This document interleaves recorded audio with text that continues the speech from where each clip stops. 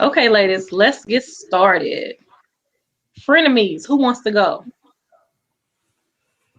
Do we all have a definition of frenemies? Yes, I pulled that up earlier. Let me get it.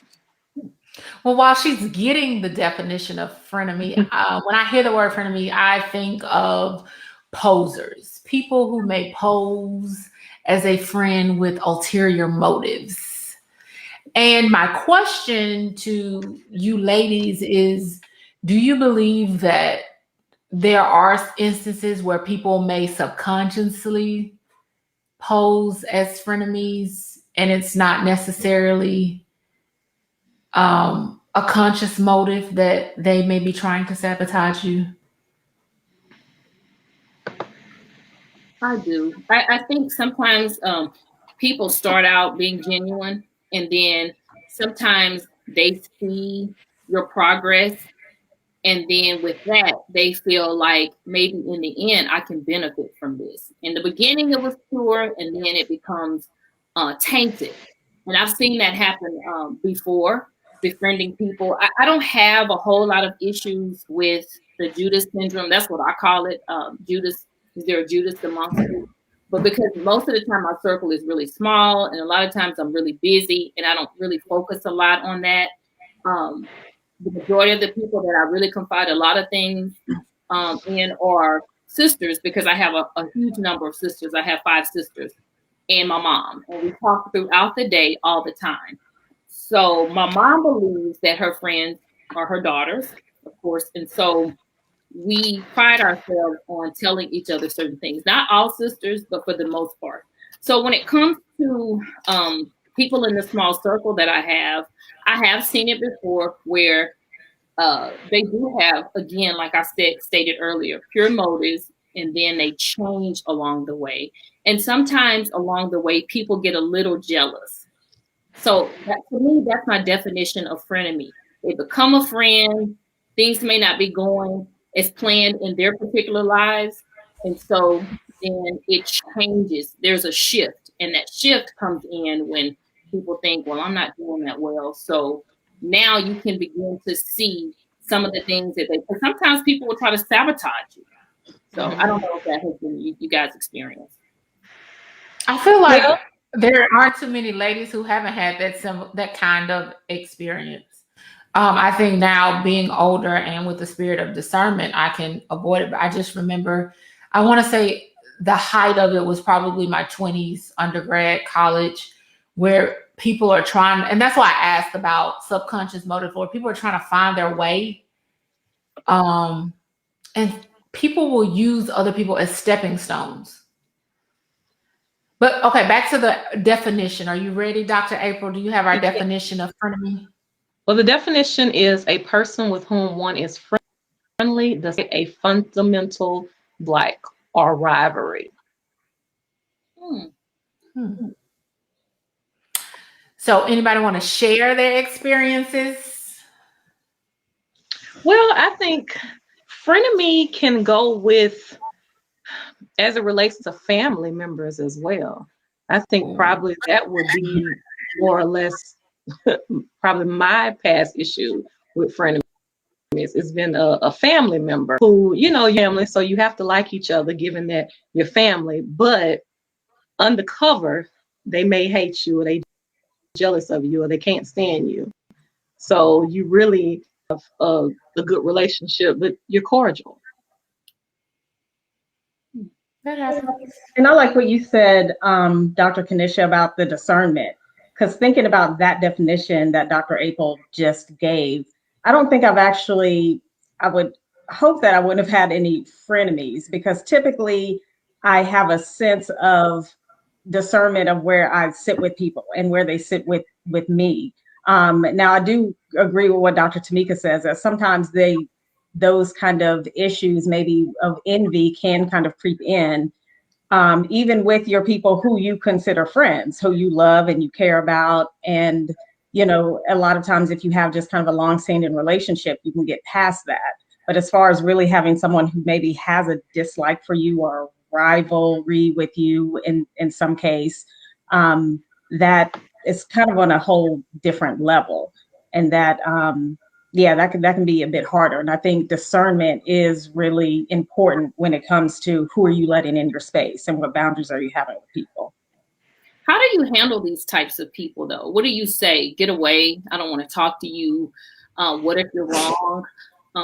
What if you are like sisters, really? And then you have fallen out. You know the moments when you do have close sisters, and sometimes you fight as well. So what would be your advice to someone who feels like they do have someone in their circle that's really not in their circle? Okay, so I'm going to have to answer that two-part because I'm going to tell you how I have handled it, but it's not advised that people handle things the way that I handle it because I'm still growing and God is not through with me yet. But the way that I handle things, like I treat people how I want to be treated. Like you're never going to wonder or have to guess how I feel about you. And I'm a heads-on kind of person. I'm not going to play around or dodge around the subject. Like I'm going to combat it head on. And in my particular situation, like I said, I was young. This happened to me when I was in my 20s, where I realized like a dear friend, somebody that I grew up in church with, I had known my entire life. Our parents were friends. And when they found out that I was graduating from undergrad early, like I finished undergrad in 3 years, like they literally tried to tell me not to graduate because there were going to be repercussions for them because they couldn't graduate in 3 years, and their family had put it in their mind that we weren't really friends, that we were in competition.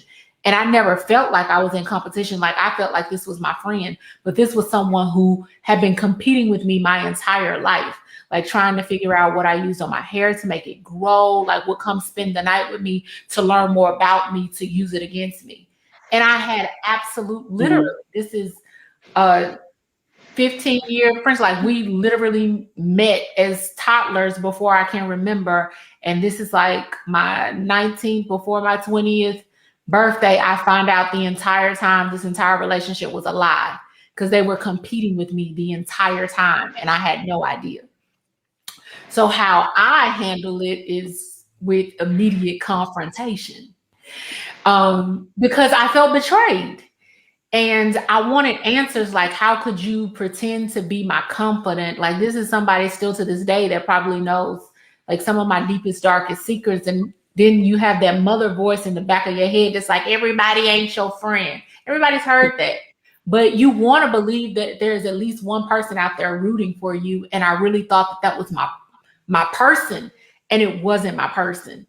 And so, I mean, I severed ties, severed the relationship, absolutely. I think the last time either one of us reached out to each other, I do believe she did reach out to me when my dad passed, but I had no words. I have nothing to say to this person. I don't wish any ill will on the person, but I had to confront the situation because I felt betrayed. And two, I needed for them to know that it wasn't not okay.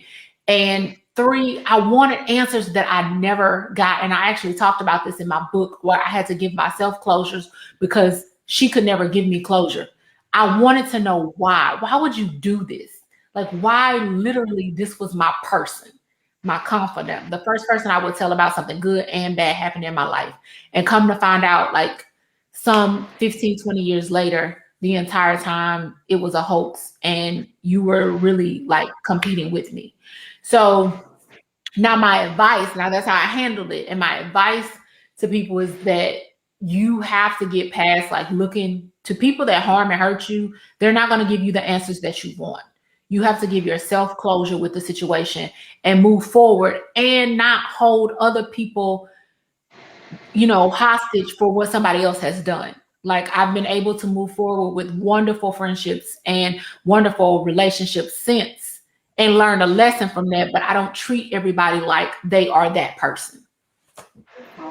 I think Brandy, okay, I think she summed it up. I'm sorry, and then I'll let you go. She said jealousy, envy, and insecurity. And we know insecurity is major because some people are hanging around to progress themselves based off of something that you're doing. And I see that quite a bit. Okay, go ahead. I'm sorry, I cut somebody off. I was just curious with Dr. Kanisha, that example, do you feel like it was all a complete lie, or was there some authenticity and some friendship actually there? No, I mean, no, because from what she was saying, like even from like actually even like being little girls, like when you bring your report card to church or what, like it, even from her own acknowledgement, it had pretty much been our entire lives. And in her mind, I guess she was winning. I don't know. But no, I don't believe that any portion of the friendship was ever genuine. Because even after this moment, like even when she reached out to me when my dad passed away, was the most disingenuous, like I'm sorry. And like knowing how close me and my dad were, like I was a daddy's girl. And when I say reached out to me, it was like a text message, and she might have sent a card like, sorry for your lost with a T, which is even more annoying. Wrong loss. And you can so even since then, like never even acknowledging any of my accomplishments since then. Like I graduated from medical school. I've been there's never been an acknowledgement of anything that I've done. So no, I don't believe that any of it was genuine. And even hindsight in the friendship, it was always what I could do for her, who I could introduce her to, and who she could meet through me. So no, I don't believe any of it was genuine at all. Yeah, because that was my next thought about, looking back on it, could you see some signs? And what do you guys think are the signs of someone who is in your life, maybe just to idealize you, who maybe have turned envious? What do you see? What are kind of those telltale signs of a person who maybe was a friend turning into a frenemy? Or what do you all think? I think go ahead, Dr. April. Well, I was thinking being critical. Sometimes those people try to one up you. It's like they have to do something better. Like, well, you got all this, but hey, I got married. So you still single, but I got married. So it's like a one up, and then, just being critical of your accomplishments. You may have all those other friends who are praising you and telling you you're doing a good job, but you may have that frenemy that one is always trying to find something critical. Oh, well, maybe you should do it like this, or you did this. It's like it's always something critical.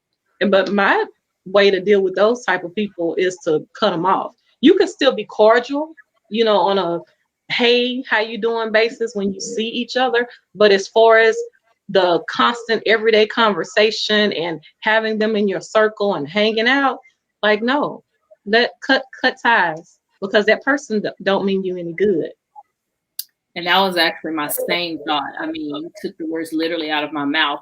When you're doing positive things and then they're putting you down or saying, oh, well, yeah, you could have done this, or you could have done it better, or like you said, or I've done this, or I've done that as well. What happens though when it's somebody in your own household that does that? What do you do? When you're in a relationship with someone and they do that? I have a short tolerance for it now. And this is also because this happened so early in adulthood. I am very observant of behavior that I feel I missed the first go round. Like, not like you said, being critical is one thing, but I would also notice if I had something good to say, that was a very short conversation. Like, oh, like I really did good on this project. Oh, okay, that's good. All right. Well, I gotta go. I'll talk to you later. But if I call with bad news, like I think I done gained 15 pounds in quarantine. Oh yeah, girl. It is like, you just look horrible. Like, they will literally go in for 30 minutes about 15 pounds you done gain, as opposed to you have a celebratory conversation. It's real short, real quick. And we're going to cut that short. Let's move on. Let's get back to your niece asked you today. So I am very observant now And I have very little tolerance for that. Like, everybody has bad days. Everything is not going to be sunshine and roses, but I cannot be around people that can't celebrate other people. Not even just me. If you can't celebrate anybody else. And you also have to take notice of the people that are in your life on how they treat other people. Like, some people don't have the best relationship with their family, with their parents, with their siblings.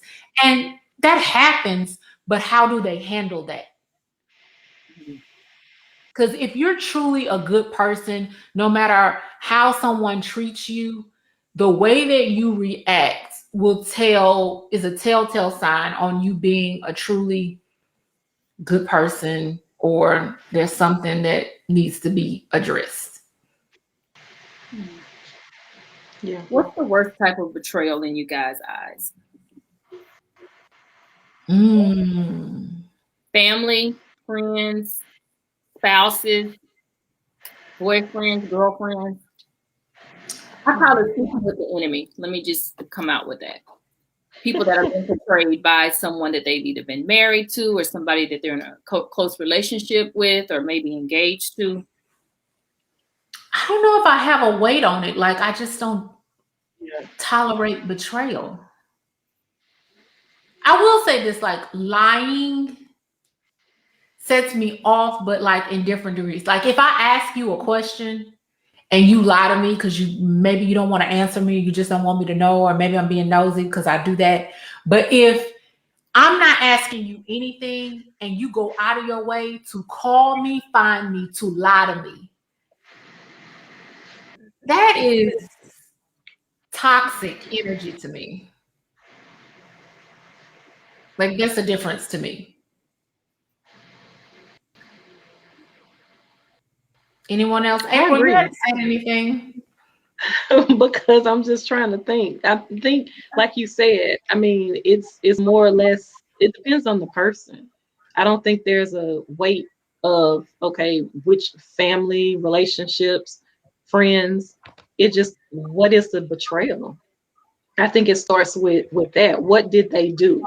Because, your love relationships can be very devastating. Your friendships, depending on what your friend did, could be very devastating to you. So to me, it just depends on what actually happened. And I also think the worst kind of, especially now as a mother, the worst kind of betrayal is not towards me. Like, I'm an adult, I can take care of myself. But anybody who does something to my child, God help you. My child and my mama. My brother, he's grown, he's on his own. But you come for my child or my mama, God help you. All right. So I want to shift it just a little bit. And I call it the Judas Complex. Whereas you have somebody in your circle, they're technically someone, whoever it is, they don't belong there, and they are exposed in some type of way. But that exposure leads to your growth. You guys follow me? Like, they're exposed. Now I see what you're really about.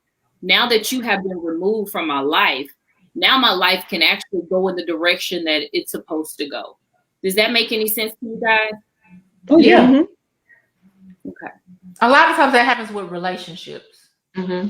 Oh, absolutely. You ever look back at a relationship, you're like, ooh, I dodged a bullet. Absolutely. Yeah. Oh, God, you know what you did right there. Oh, absolutely. And you may have felt like you've been grazed by that bullet, but it did not kill you. It may have hurt a little bit, but okay, at least you got away.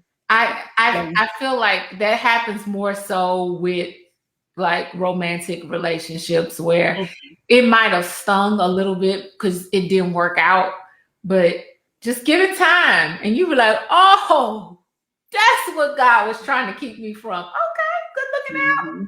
Mm-hmm. Yeah. And you never see it when you're in it. You never see it when you're in it. It's when you get out of it, and sometimes maybe a year or two after you've gotten out of it, to where you see, oh wow, I'm glad I wasn't with this person. Glad this, ended it when it did. But it also helps you grow as a person. and share those experiences with someone else that you see them going through the same exact thing.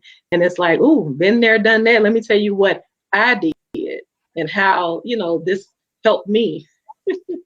I love it, Dr. April. I always say to people, and I say to women a lot of things that we experience is only to help somebody else on their journey. Things that we've gone through, things that tried to break us, that didn't, people that tried to break us, but couldn't. And so now you take it and then you can relate to people that have not actually experienced life. Sometimes they can't help other people, but because you've been through an experience that nearly tried to take you out, so when they come to you, you can say, girl, look at me now. I went through this. I triumphed. I have the victory. Yes, I had a Judas moment and a Judas experience. This person kissed me on the head and, gave me up. But guess what? I came out of it and you can come out of it. So I say it all the time, every single time. What we go through is for somebody else. So when we talk about frenemies, I'm like, there's nothing probably that I have not experienced. Has anyone that had like a workplace experience where you felt like maybe there was like a coworker or even a supervisor that on the surface appeared to be rooting for you, and the entire time they are like plotting to either take your place or get you out of the way? That is irritating to me and my spirits. Right. Ooh. Yeah, I had that experience with, it was actually someone who was supervising me, and I had a partner who I worked with. And I mean, I always kind of had my eye on her because I really knew what kind of person she was. But she ended up at some point telling the partner who I worked very closely with daily about something that I had said about him, which was very true. It was basically that he did not work very hard and it was affecting our, how productive we could be. So I wasn't mad that I said it. It was like, I tell him that, but her going back and telling him that really fractured the relationship with my partner who I still had to work with. And the thing is, she was over both of us, and really our productivity affected her as well.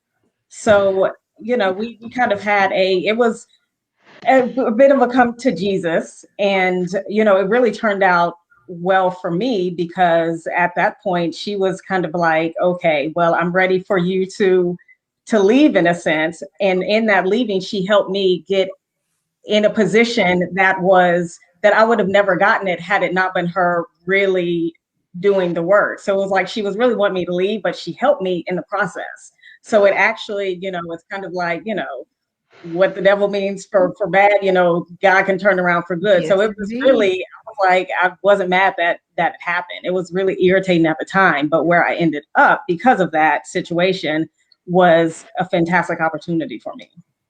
That's awesome.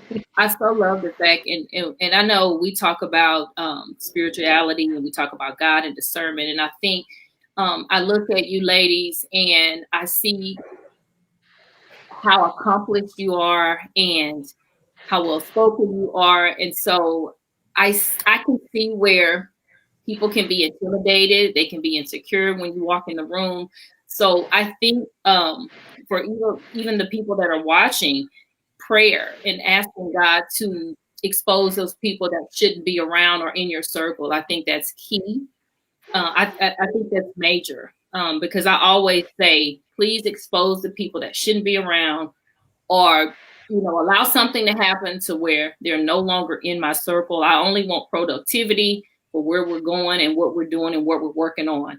So I thought that was amazing that you said that, Dr. Tamara, about what the enemy meant for harm, God turned it for good. And so that happens often. Somebody was going to say something. Well, I was going to say, like, I've had similar situations where me avoiding that negative energy and getting away from people that meant me no harm has pushed me into independent situations that always turned out for the better, especially career-wise. Yeah. Dr. April?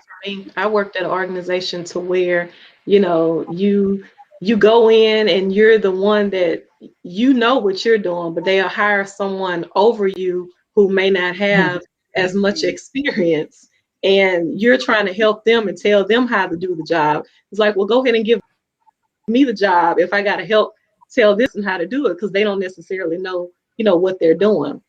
But in the same interim, that end up getting rid of that person. But still, the enemy still would not give me the job. That's the thing.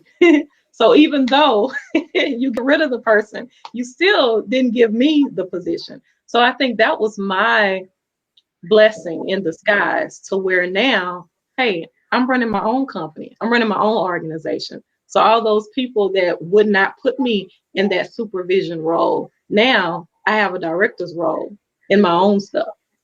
So God can turn it around and work it out that way too. Yes, indeed. Hallelujah.